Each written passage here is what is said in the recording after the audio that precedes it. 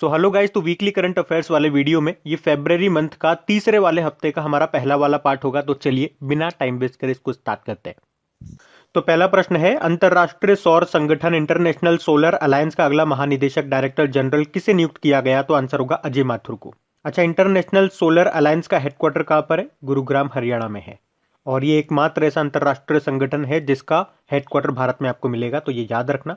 बाकी Ajay Singh boxing federation of India के दोबारा से अध्यक्ष बने थे। संगीता श्रीवास्तव ये इलाहाबाद विश्वविद्यालय की पहली महिला कुलपति वाइस चांसलर बनी और वर्षा जोशी राष्ट्रीय डेयरी विकास बोर्ड की अध्यक्ष बनी। फिर बताइए, अभी अमित शाह ने, जो हमारे गृह मंत्री, इन्होंने एक नई CAPF बटालियन की घोषणा की है। इसका नाम किस सेना के नाम पर रखा जाएगा? तो आंसर होगा नारायणी सेना। तो केंद्रीय गृह मंत्री हैं अमित शाह और इन्होंने नई CAPF बटालियन की घोषणा की है जिसका नाम नारायणी सेना के नाम पर रखा जाएगा, जो कि कूच बिहार की तत्कालीन रियासत के योद्धाओं की थी। CAPF मतलब सेंट्रल आर्म्ड पुलिस फोर्स। इसके सुरक्षा बलों में जैसे कि नेशनल सिक्योरिटी गार्ड हो गया, CISF हो गया, ITBP, BSF, CRPF और असम राइफल्स, ये सभी शामिल है। और अभी CISF के नए डायरेक्टर जनरल कौन बने? सुबोध कुमार जायसवाल बने। और CRPF के जो डायरेक्टर जनरल थे कौन? AP माहेश्वरी, वो रिटायर्ड हो गए। चलो बताओ, यहीं से प्रश्न पूछ लेते हैं आपसे, डेली करंट अफेयर्स पढ़ते होंगे ना आप। बताओ, अभी CRPF के डायरेक्टर जनरल का अतिरिक्त प्रभार, एडिशनल चार्जेस किसको दिया गया? कमेंट बॉक्स में टाइप करके बताओ। फिर अगला प्रश्न है, टाटा मोटर्स का नया MD CEO किसे नियुक्त किया गया? तो आंसर होगा मार्क लिस्टलोसेला को। तो अभी टाटा मोटर्स ने मार्क लिस्टलोसेला को अपने MD CEO के रूप में नियुक्त किया है और ये गुंटेर बुचेक का स्थान लेंगे। और वैसे टाटा मोटर्स के चेयरमैन कौन है? नटराजन चंद्रशेखरन। बाकी सिद्धार्थ मोहंती LIC के मैनेजिंग डायरेक्टर बने। राजीव लोचन ये सुंदरम फाइनेंस के मैनेजिंग डायरेक्टर बने और विश्ववीर आहूजा RBL बैंक के MD CEO बने। फिर बताइए, सोशल मीडिया पर 500 मिलियन फॉलोवर्स का आंकड़ा छूने वाले दुनिया के पहले खिलाड़ी कौन बन गए? तो आंसर होगा क्रिस्टियानो रोनाल्डो। तो पुर्तगाली फुटबॉलर हैं ये क्रिस्टियानो रोनाल्डो। और अब सोशल मीडिया पर 500 मिलियन फॉलोवर्स का आंकड़ा छूने वाले ये दुनिया के पहले खिलाड़ी बन गए हैं। क्रिस्टियानो रोनाल्डो ये इटली के जुवेंटस क्लब के लिए खेलते हैं। और इससे पहले भी हम लोग पढ़ चुके हैं कि क्रिस्टियानो रोनाल्डो इंस्टाग्राम पर 250 मिलियन फॉलोवर्स हासिल करने वाले पहले व्यक्ति बने थे। उसके अलावा अभी क्रिस्टियानो रोनाल्डो फुटबॉल इतिहास में सबसे ज्यादा गोल करने वाले खिलाड़ी भी बन गए हैं। उन्होंने ऑस्ट्रिया के जोसेफ बिकान के 759 गोल का रिकॉर्ड तोड़ दिया था, याद होगा आपको। और इंस्टाग्राम से भी याद होगा, इसी तरह का एक क्वेश्चन हमने पढ़ा था, विराट कोहली इंस्टाग्राम पर 100 मिलियन फॉलोवर बनाने वाले पहले क्रिकेटर बने थे। क्रिकेटर में बात कर रहे हैं, पहले क्रिकेटर। फिर बताइए, सिएट कंपनी ने किसे अपना ब्रांड एम्बेसडर बनाया? तो आंसर होगा राणा दुग्गुबती को। बाकी स्मृति मंधाना अभी इक्विटास स्मॉल फाइनेंस बैंक की ब्रांड एम्बेसडर बनी। सचिन तेंदुलकर ये पेटीएम फर्स्ट गेम्स के ब्रांड एम्बेसडर बने। और Suresh Raina online poker platform है 9 स्टेक्स, उसके ब्रांड एम्बेसडर बने थे। अच्छा बताइए, इटली के नए प्रधानमंत्री कौन बने हैं? तो आंसर होगा मारियो द्राघी। तो यूरोपीय सेंट्रल बैंक के पूर्व प्रमुख हैं ये मारियो द्राघी। और अभी ये इटली के नए प्रधानमंत्री बन गए हैं। इन्होंने पूर्व प्रधानमंत्री ग्यूसेप कोंटे की जगह ली है, जिन्होंने इस साल जनवरी में इस्तीफा दे दिया था।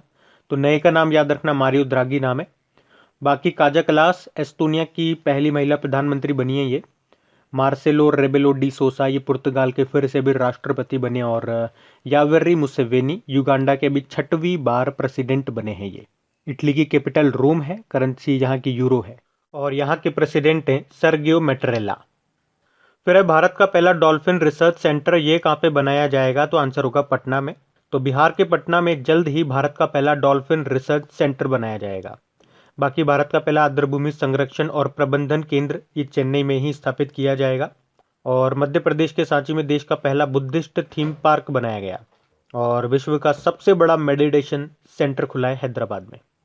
और गाइज, अगर वीडियो आपको अच्छा लग रहा है तो प्लीज इसे लाइक करते हुए चलना। देखिए आप लोगों ने अभी लाइक किया है या नहीं किया है। नहीं किया है तो अभी इसको लाइक कर दीजिए, लास्ट तक आप लोग भूल जाओगे मैं कह रहा हूँ। और हाँ, इसे शेयर भी जरूर कर देना अपने दोस्तों के साथ में। और अगर आप में से कोई स्टूडेंट इस चैनल को फर्स्ट टाइम देख रहा है तो आप इस चैनल को सब्सक्राइब कर सकते हैं। सब्सक्राइब करने के बाद में पास में बेल आइकन को जरूर प्रेस कीजिएगा ताकि आगे के आपको नोटिफिकेशन मिलते रहें, ताकि आपसे कोई भी वीडियो मिस न हो। बेल आइकन को प्रेस करना जरूरी है। चलिए बढ़ते हैं आगे। फिर हाल ही में ऑक्सफोर्ड छात्र संघ के अध्यक्ष बनने वाली पहली भारतीय महिला कौन बन गई है? तो आंसर होगा रश्मि सामंत। तो रश्मि सामंत ये पहली भारतीय महिला हैं जो ऑक्सफोर्ड छात्र संघ की अध्यक्ष बनी है। वे लिनकेयर कॉलेज में एनर्जी सिस्टम में एमएससी की छात्रा हैं। बाकी नीतल नारंग इंडियन सॉफ्टबॉल फेडरेशन की पहली महिला अध्यक्ष है। एम वीर लक्ष्मी तमिलनाडु की पहली महिला एम्बुलेंस ड्राइवर बनी थी ये। और पूजा देवी ये जम्मू कश्मीर की पहली महिला बस ड्राइवर बनी। अच्छा बताइए, हाल ही में star struck confession of a TV executive नाम की बुक को किसने लिखा है? तो आंसर होगा पीटर मुखर्जी ने। पीटर मुखर्जी ये स्टार इंडिया के पूर्व मुख्य कार्यकारी अधिकारी सीईओ है, जिन्होंने अभी ये बुक लिखी है जिसका नाम है star struck confession of a TV executive. बाकी Karthikeyan Laddha life unknown a passage through India नाम की बुक को लिखा। Vishwaroop Roy Chowdhury one question that can save your life नाम की बुक लिखी। और गौतम चिकेरमा ने India 2030 the rise Rajasic nation नाम की बुक लिखी। अच्छा बताइए, हाल ही में कितनी महिला वैज्ञानिकों ने सर्ब महिला उत्कृष्टता पुरस्कार 2021 जीता? तो आंसर होगा 4 ने। तो अभी विज्ञान और प्रौद्योगिकी विभाग के एक विज्ञान और इंजीनियरिंग अनुसंधान बोर्ड ने विज्ञान में महिला और लड़कियों के लिए अंतर्राष्ट्रीय दिवस पर एक वर्ष 2021 के लिए सर्ब महिला उत्कृष्टता पुरस्कार की घोषणा की है। अब वो 4 महिलाओं के नाम क्या हैं जिन्हें ये सर्ब महिला उत्कृष्टता पुरस्कार 2021 से सम्मानित किया गया? तो डॉक्टर शोभना कपूर, डॉक्टर अंतरा बनर्जी, डॉक्टर सोनू गांधी और डॉक्टर रितु गुप्ता। सर्ब मतलब मैंने आपको बताया science and engineering research board.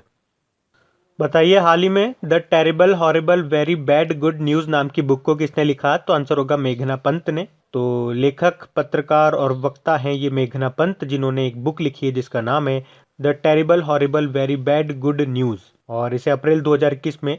बाकी Vinay Kumar Singh bleeding India four aggressors 1000 cuts नाम की बुक को लिखा। Doctor Krishna Saxena a bouquet of flower नाम की बुक को लिखा। और जयराम रमेश ने the light of Asia the poem that defined the Buddha नाम की बुक को लिखा।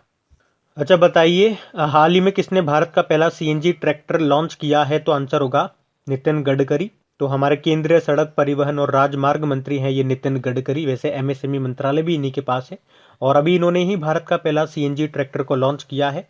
अभी ट्रैक्टर से आपको याद होगा सोनालिका कंपनी ने लॉन्च किया था भारत का पहला इलेक्ट्रिक ट्रैक्टर जिसका नाम रखा था टाइगर इलेक्ट्रिक।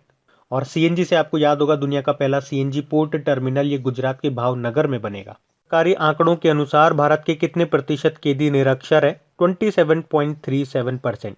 तो अभी केंद्रीय गृह मंत्रालय ने हाल ही में भारत में जेल के कैदियों के साक्षरता स्तर से संबंधित कुछ डेटा जारी किए, और इन आंकड़ों के अनुसार देश के 4,78,600 कैदियों में से 1,32,729 कैदी निरक्षर है।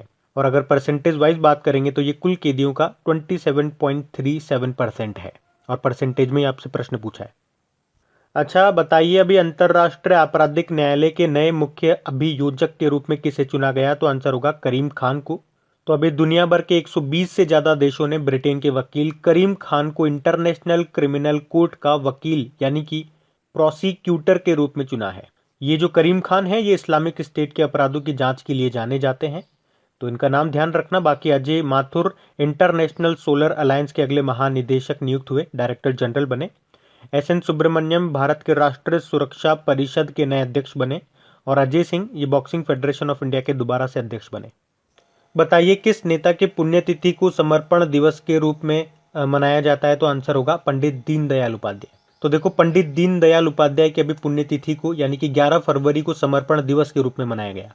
ये भारतीय जनसंघ के सह संस्थापक थे, और स्वतंत्रता समय के दौरान उन्हें राष्ट्रीय धर्म नाम से एक मासिक प्रकाशन भी शुरू किया था। अच्छा, वैसे अभी आपको याद होगा नेताजी सुभाष चंद्र बोस जी की भी हमने जयंती मनाई थी। कब? 23 जनवरी को 125वीं जयंती मनाई थी। और यहाँ से एक डे मैंने आपको बताया था, इस साल से हमने स्टार्ट किया एक नया डे इनकी जयंती को पराक्रम दिवस के रूप में, जो हर साल मनाएंगे। वैसे अटल जी की जयंती को भी एक दिवस मनाते हैं हम 25 दिसंबर को, यानी कि क्या, सुशासन दिवस के रूप में। और महात्मा गांधी की जयंती तो आप जानते ही हो, विश्व अहिंसा दिवस के रूप में मनाया जाता है। फिर बताइए, किसे 2020 के लिए international symposium and education award से सम्मानित किया गया? तो आंसर होगा डॉक्टर अनुला मौर्य को। तो अभी जगत गुरु रामानंदाचार्य राजस्थान संस्कृत विश्वविद्यालय की कुलपति वाइस चांसलर हैं ये डॉक्टर अनुला मौर्य, जिनको वर्ष 2020 के लिए international symposium and education award से सम्मानित किया गया। उन्हें भारतीय संस्कृति और भारतीय भाषाओं के विकास में दिए गए उनके योगदान के लिए ये सम्मान मिला है। बाकी डॉक्टर शीला केनी ये राष्ट्रीय फ्लोरेंस नाइटिंगेल पुरस्कार 2020 जीता था डॉक्टर अमित केसरवानी।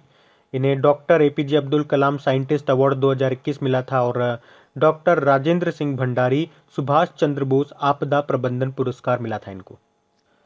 फिर है अभी हाल ही में 93वें यानी कि 93rd ऑस्कर पुरस्कार के लिए किस भारतीय फिल्म का चयन किया गया था? बिट्टू।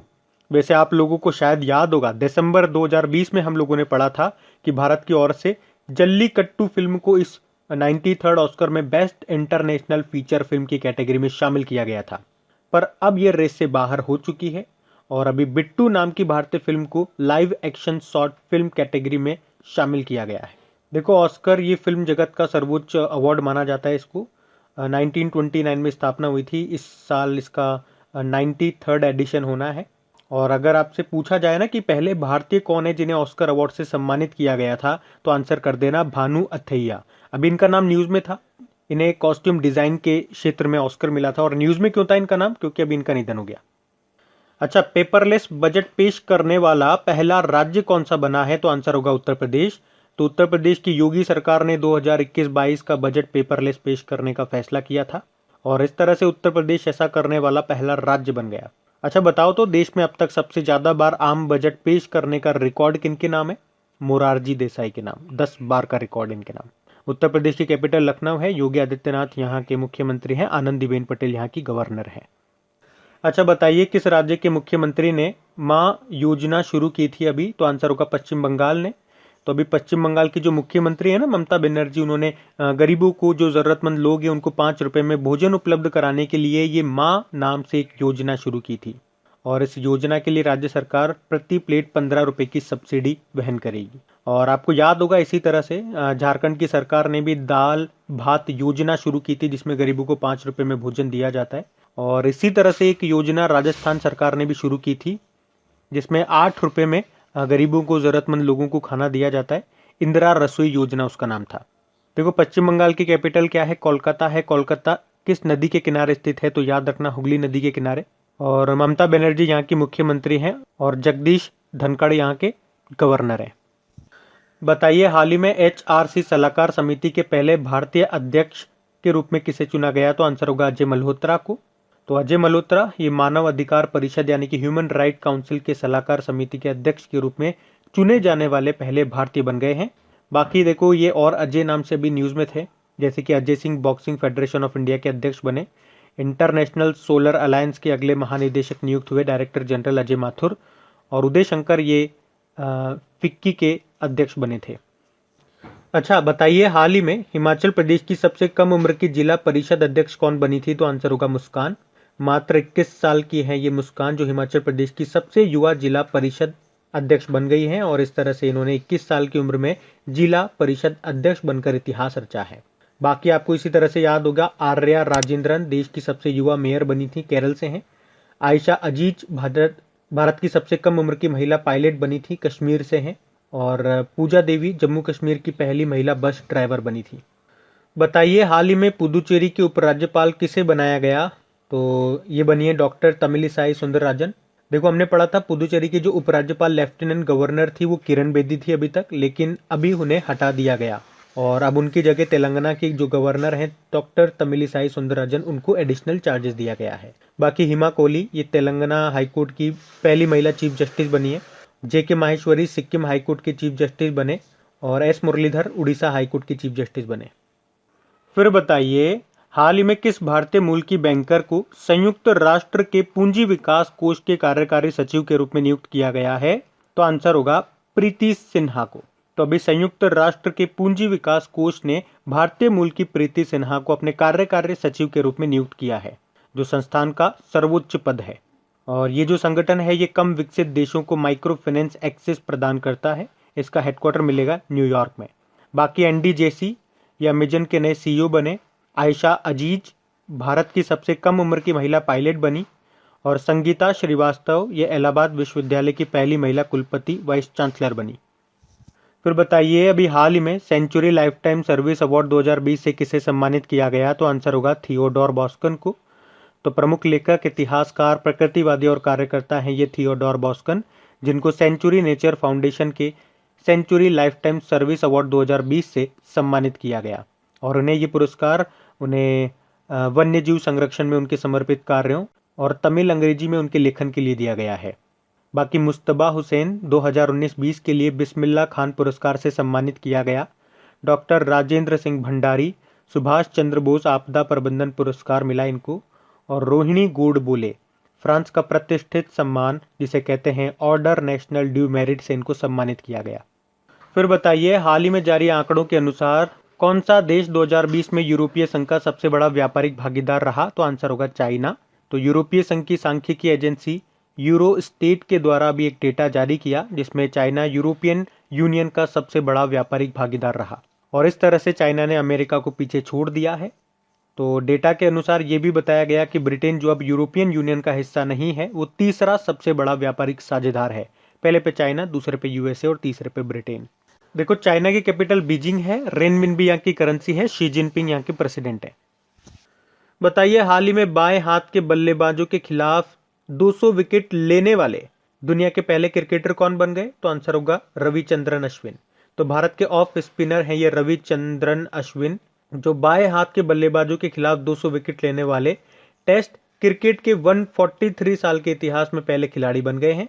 उन्होंने चेन्नई के एमए चिदम्बरम स्टेडियम में इंग्लैंड के खिलाफ दूसरे टेस्ट में ये उपलब्धि हासिल की है। अच्छा, आर अश्विन, रविचंद्रन अश्विन का नाम अभी न्यूज में था, क्या आप बता सकते हो न्यूज में क्यों था इनका नाम? इन्हें एक अवार्ड मिला है, चलो ये भी बता दिया, कमेंट बॉक्स में टाइप करके बताओ। डेली करंट अफेयर्स वाले लेक्चर में हमने पढ़ा था। बाकी ऋषभ पंत जनवरी 2021 का ICC men's player of the month का अवार्ड जीता इन्होंने। अजिंक्य रहाणे जॉनी मुलाग पदक के पहले प्राप्तकर्ता बने थे ये। बताइए, हाल ही में आईपीएल टीम किंग्स 11 पंजाब का नाम बदलकर क्या कर दिया गया है? तो आंसर होगा पंजाब किंग्स। तो अभी आईपीएल टीम जो है ये किंग्स 11 पंजाब, उसने अपना नाम बदलकर पंजाब किंग्स कर दिया है। आईपीएल की बात करेंगे, देखो इसका पहला संस्करण 2008 में हुआ था और उस वक्त विजेता रही थी राजस्थान रॉयल्स, रनर अप रही थी चेन्नई सुपर किंग्स। और अभी जो लास्ट का 2020 का हुआ था वो 13वां संस्करण था, यूनाइटेड अरब अमीरात में हुआ था वो, और उसमें जीत मिली थी मुंबई इंडियंस को। दो नाम उसमें और याद रख लो आप, ऑरेंज केप किसको मिली थी? देखो, ऑरेंज केप मतलब हो गया जिसने मैक्सिमम रन बनाए थे, केएल राहुल को मिली थी। पर्पल कैप मिली थी कागिसो रबाडा को, पर्पल कैप मतलब जिसने मैक्सिमम विकेट लिए थे। और नाम बदल गया, ये याद रखना। उसी तरह से नाम बदलने में आप याद रख सकते हो, अभी एक स्टेडियम है दिल्ली का फिरोज शाह कोटला स्टेडियम, उसका नाम बदलकर अरुण जेटली जी के नाम पे रखा गया। अंडमान निकोबार से 3 द्वीप आपने पढ़े ही होंगे जिनके नाम बदले गए थे, जैसे कि नील द्वीप का नाम बदलकर शहीद द्वीप करा गया था, हैवलॉक द्वीप का नाम बदलकर स्वराज द्वीप करा गया था, और रॉस द्वीप नाम बदलकर सुभाष चंद्र बोस द्वीप करा गया था। अच्छा बताइए, स्नैकपीडिया मोबाइल एप्लीकेशन को किस राज्य में लॉन्च किया गया? तो आंसर होगा केरल में।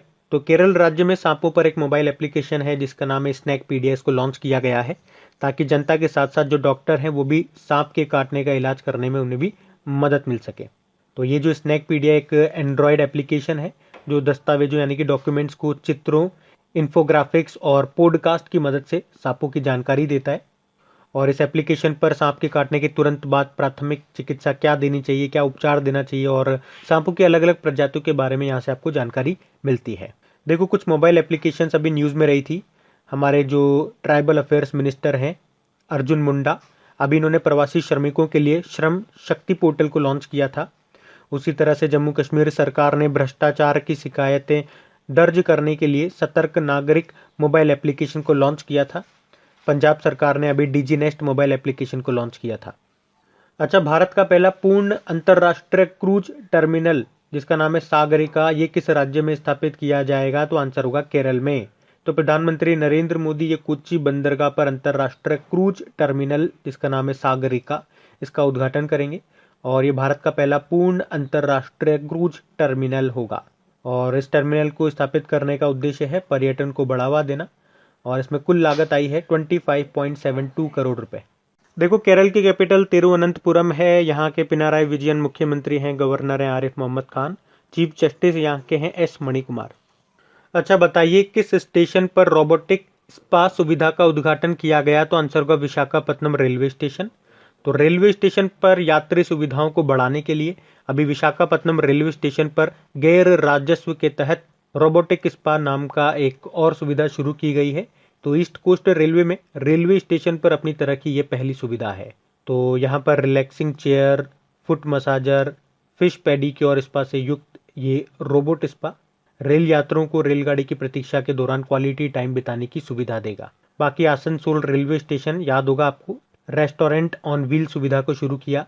नासिक रेलवे स्टेशन में ऑक्सीजन पार्लर जैसी सुविधा शुरू की गई थी और चारबाग रेलवे स्टेशन में हेल्थ एटीएम शुरू किए गए थे।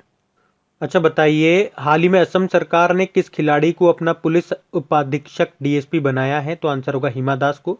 स्टार स्प्रिंटर हैं ये हिमा दास, जिनको अभी असम सरकार ने डीएसपी के रूप में नियुक्त किया है।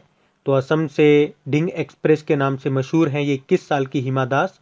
और आपको बता दूं, इन्होंने 18वें एशियन गेम्स जो जकार्ता इंडोनेशिया में हुए थे उसमें 2 सिल्वर और 1 गोल्ड मेडल जीता था। उसके अलावा फिनलैंड में जो IAAF under 20 world athletics championship हुई थी उसमें गोल्ड जीतने वाली पहली भारतीय बनी थी ये। अर्जुन अवार्ड मिला था इनको 2018 में।